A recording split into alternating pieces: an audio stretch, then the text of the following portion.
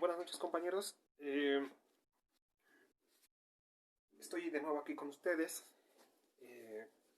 Estuve un tiempo ausente debido a que hice casting para la voz y bueno, no me aceptaron desafortunadamente.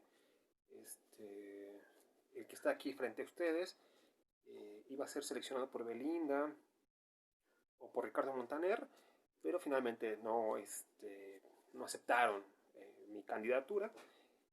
Y vuelvo aquí a las cámaras, ¿no? Bueno, a la cámara, hablo en singular, pues para seguir con nuestro curso. Yo siento que la voz iba a ser una gran experiencia, pero bueno, aquí estamos otra vez con todas las ganas. Me he dado también a la tarea de recopilar varias cartas en un diario que tengo, ¿sí? Y bueno, una de las cartas que me escribe una incógnita, una anónima, entiéndase, dice lo siguiente. Querido diario, ¿no? Tengo duda acerca de la entalpía y qué significa o qué podremos entender acerca de esta. ¿Sí? Entonces, aquí en mi diario, después de una recopilación, les digo de varias preguntas de algunos sobrinos, de algunos ahijados, de algunos nietos. Aquí pues, quiero platicar con ustedes acerca de este tipo de preguntas existenciales. Bueno, vamos a abordar algo acerca de esto que menciona nuestra sobrina, vamos a ponerla así, en términos generales, ¿no? Bien, podemos decir que la entropía no es otra cosa, perdón, la entalpía no es otra cosa más que energía, ¿ok? Así podemos entenderlo. De hecho, tiene unidades de energía. Cuando ahorita vamos a ver la deducción, vamos a apreciar cómo esta propiedad de Estado, porque es una propiedad de Estado, tiene una relación directa con el calor. Entonces ahí también podemos reafirmar el hecho de que existe esta relación entre energía y entalpía. Bien, ahorita me siento con esa película de Monster University, ¿no? Donde está la iniciación de Mike Wazowski, ¿no? Y de Sully, Sully, ¿no? Y en el sótano. No, y está así la iniciación, ¿no? De ellos dos en el equipo de concurso, y la mamá de niño o de este monstruito que tiene como 6 ojos, ve que empiezan a hacer ruido, ¿no? Con la lavadora y así ahorita mi mamá aquí haciendo su ruido. Entonces, vamos a ver la deducción de la entalpía, ¿no? Para que una de las sobrinas, aquí anotada, se aclare la duda. Bien, a ver, vamos a ver.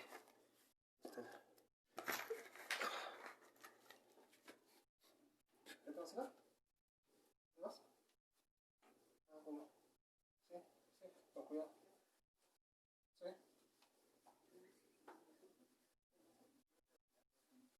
Hay que ponerle dos veladoras, ¿no? Yo digo que sí. Hay que hablarles, hija. No son las 9. Ah, no, aquí son las 11.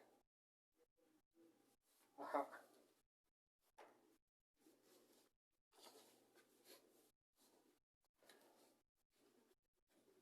Sí, sí.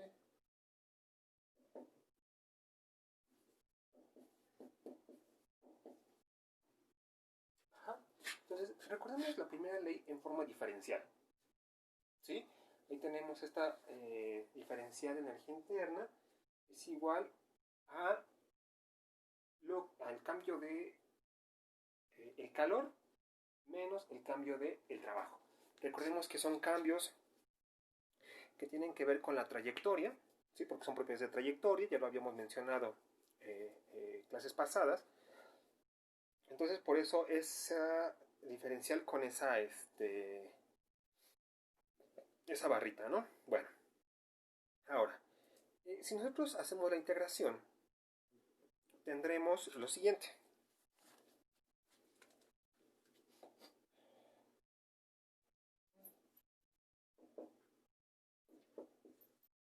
¿Sí? Q menos W. Bueno, la delta U, la que está del lado izquierdo para ustedes, tenemos que podemos representarla como U2 menos U1, ¿no? Energía en el estado 2 menos la energía en el estado 1. O la energía interna final menos la energía interna inicial. ¿Ok? Ahora, ¿qué pasa con el calor? Bueno, no tenemos una expresión para el calor a presión constante. ¿Sí? Entonces, vamos a decir que sea Q subíndice P. Q subíndice P. Me dice una de sus compañeras aquí sentada al frente, ¿no? Está Grecia. Ya ven que siempre Grecia está hasta adelante. Profesor, ¿por qué esa subíndice P? Ah, bueno, porque estamos imponiendo una presión constante. De hecho, disculpen, voy a poner aquí una P con un circulito, haciendo referencia a que estamos trabajando a presión constante. Eso es algo importante. En un momento vamos a ver por qué. Bueno, ahora, ¿cuál es el trabajo a presión constante? Tal vez ahorita no lo saben, yo se lo voy a adelantar. Despuésito de esto vamos a entrar a cosas de trabajo, de los tipos de trabajo, pero sí es importante que recuerden esta expresión que voy a poner a continuación. Bueno, cuando trabajamos a presión constante tenemos que es el trabajo P de B, ¿sí? O P delta B, ¿sí? Porque ya estamos hablando, ya hicimos la integración, ¿no? Entonces sería P delta B. Bien, esa delta B puede ser representada como B2 menos B1, ¿no? B2 menos B1. Bien, ahora, vamos a juntar términos, ¿sí? Es decir, todas las condiciones finales las vamos a poner de un lado, las condiciones iniciales las vamos a juntar y vamos a ver qué sale, ¿bien?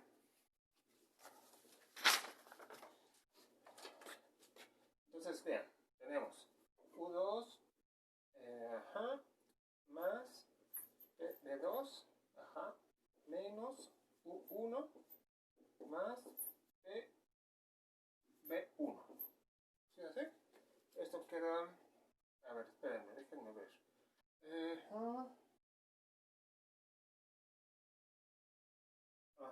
Sí. Sí queda así. Igual a QP. Déjame ver.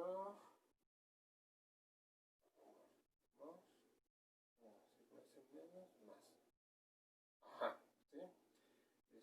QP, OK. Bien. Entonces, vean, aquí estoy haciendo lo que les comenté hace un momento. Tenemos las condiciones finales aquí y las condiciones iniciales acá. Esta energía interna más presión por volumen tiene una nueva connotación, ¿sí? Ahora, se los voy a decir. Sin embargo, hay que ver algo también curioso. Vean, esta presión por volumen, en términos de unidades, ¿qué sería? Bueno, atmósferas, ¿no? La presión atmósferas, vamos a decir. Atmósferas.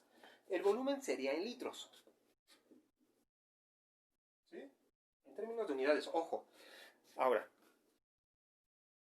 atmósfera por litro.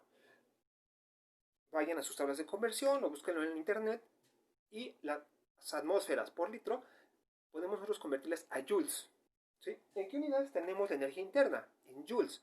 Entonces, aquí tenemos dos términos de energía, es decir, la energía interna más presión y volumen, que también es en términos de energía, de tal manera que estamos sumando términos energéticos. Esto tiene un nuevo nombre, una nueva variable, una nueva letra en en el conocimiento que están adquiriendo, una variable de estado conocida como entalpía. ¿Sí? Entonces, están conociendo o viendo, siendo testigos del nacimiento de la entalpía. ¿Sí? Ahora,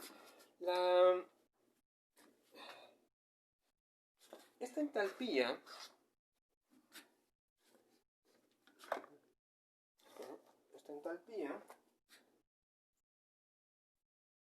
¿sí? Escrita con una letra H. Ahora, para el estado final sería H2 menos H1. ¿Bien? Es igual a QP. ¿Qué obtenemos de la diferencia de H2 menos H1? A ver, escucho respuestas. Ajá, exactamente, una delta H. ¿Sí? Entonces, delta H es igual a QP.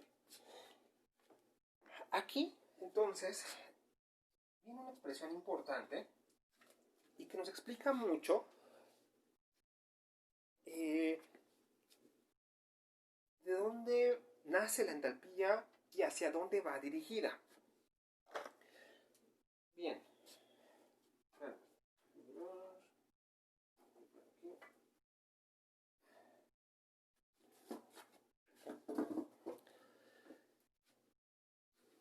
Esto que están aquí viendo, estamos observando cómo el calor a presión constante también se le conoce como una diferencia de entalpía. Ahora, alguien por ahí me preguntará, profesor, pero ¿cómo puedo yo ver un calor a presión constante? ¿Dónde lo puedo sentir? ¿Dónde lo encuentro? ¿No? Quiero fumarlo. Bien, entonces, te voy a decir dónde fumar ese trabajo, ese calor. Cuando ustedes están calentando agua en la estufa, como por ejemplo cuando iniciamos nuestro curso aquí en la red, ¿se acuerdan que les mostré una olla de chiles, ¿no? O tomates. Entonces, nosotros estamos transfiriendo calor debido a esta combustión del gas LP. Estamos haciendo calor de de una parte a otra. ¿Ok? Ahora, ese calor, usted pregunta, ¿se está dando a presión constante? ¿Mm? Claro, porque no estamos modificando la presión dentro de la casa, ¿sí? O dentro del lugar en donde está la casa. La estufa permanece en un solo lugar, o la combustión está en un solo lugar, y entonces se da a presión constante. Si, por ejemplo, Fernanda en su casa está generando calor con sus manos, ¿no? Está haciendo así. Bueno, siente calor en sus manos y este calor que se está generando es a presión constante, ¿sí? No está modificando las condiciones del sistema en donde está Fernanda. O, por ejemplo,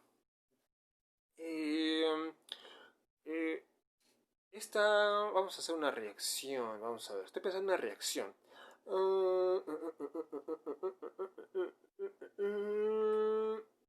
Al cocinar, por ejemplo, bueno, perdón, vamos a ver, un ejemplo ambiental, que se venga a la mente, o el tratamiento de aguas residuales, ¿no? Alfredo o esta Araceli, Lourdes, Rachel, están queriendo tratar un agua residual, ¿ok? Y en esa agua residual hay bacterias. Hay bacterias que se empiezan a comer la materia orgánica, ¿ok? Cuando empieza el consumo de esa materia orgánica, empieza a haber un ligero aumento de calor debido a la oxidación de la materia orgánica. Igual que pasa cuando se empieza a tratar los residuos orgánicos a través del compostaje. Recordemos que en el compostaje también, en el proceso de degradación, aumenta la temperatura y bueno, ahí indudablemente apreciamos ese calor debido a una diferencia de temperatura cuando metemos el termómetro. Bueno, entonces estas reacciones que se están llevando a cabo, ¿sí?, se están originando y se están o están transcurriendo a presión constante, ¿sí? Porque la composta está en una zona a una cierta temperatura, es decir, en el ambiente, y la presión no se modifica no pasamos, por ejemplo, de una atmósfera a 20 atmósferas, ¿no? Podemos decir tal vez que se mantiene una atmósfera, si estamos a nivel del mar, si pasa alguna nube o existe una diferencia de presión debido a cambios climáticos, será tenue, no va a ser drástica. Entonces estamos diciendo termodinámicamente que la presión es constante, o por ejemplo esto que les platicaba del tratamiento de aguas residuales, también se va a considerar que estamos a presión constante. En otras palabras, este hecho de la delta H igual al calor a presión constante va a ser muy útil cuando estudiemos reacciones, ¿sí?, que será también un poquito más adelante.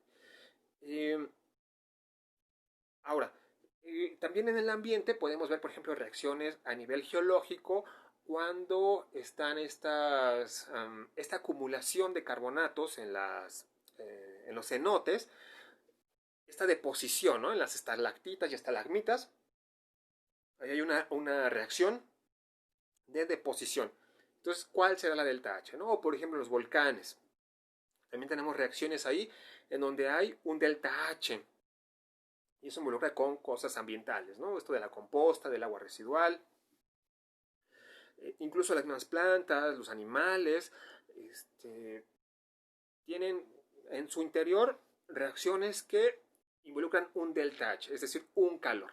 Ahora, alguien por ahí me dice desde lejos, profesor, pero ¿por qué hay calor? O sea, ¿qué hace que exista ese calor? Ah, bueno, el reacomodo de átomos cuando existe su reordenamiento para generar un producto. Nosotros tenemos un reactivo, tenemos otro reactivo, y cuando se combinan hay un reacomodo de los átomos de tal manera entonces que va a haber rompimiento de enlaces, formación de enlaces, y cuando existe esto que menciono, entonces va a haber generación de energía. Habrá generación o habrá absorción de energía, es decir, que el sistema necesita energía. Cuando el sistema libera calor, es decir, la reacción libera calor, se le conoce como reacciones exotérmicas, ¿sí? Libera, saca, emite energía, ¿sí? Cuando el sistema absorbe calor del exterior, entonces tendremos una reacción endotérmica, ¿sí? Es decir, necesita energía, ¿sí?, para que se lleve a cabo. Entonces necesita chupar energía, necesita absorber energía, ¿ok? Entonces tenemos que suministrarle energía para continuar con con la reacción. Bien, ahora, más adelante, bueno, veremos unos ejercicios acerca de esto, pero sí quería entonces tratar o que vieran el origen de la entalpía. Nada más aquí quiero enseñarles rápidamente a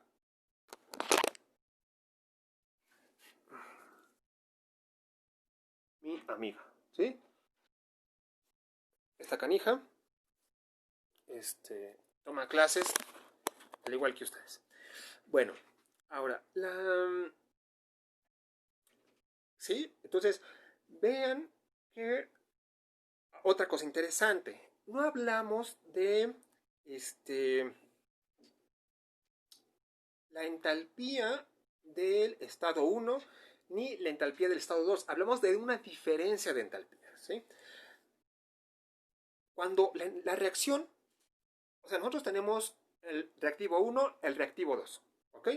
Bien. Reactivo A y reactivo B, supongamos. A ver. Y entonces, nosotros los agregamos al reactor, ¿sí? Y tendrán una entalpía 1. Y bueno, se lleva a cabo la reacción en los diferentes pasos y otras teorías que ustedes van a ver más adelante. Y llegamos a una entalpía 2, ¿sí? Cuando ya la reacción se terminó, se estabilizó. Entonces, ahí tendremos una entalpía 2 o entalpía final. Vean que yo no estoy o no me interesa conocer la entalpía en el estado 1 o la entalpía en el estado 2.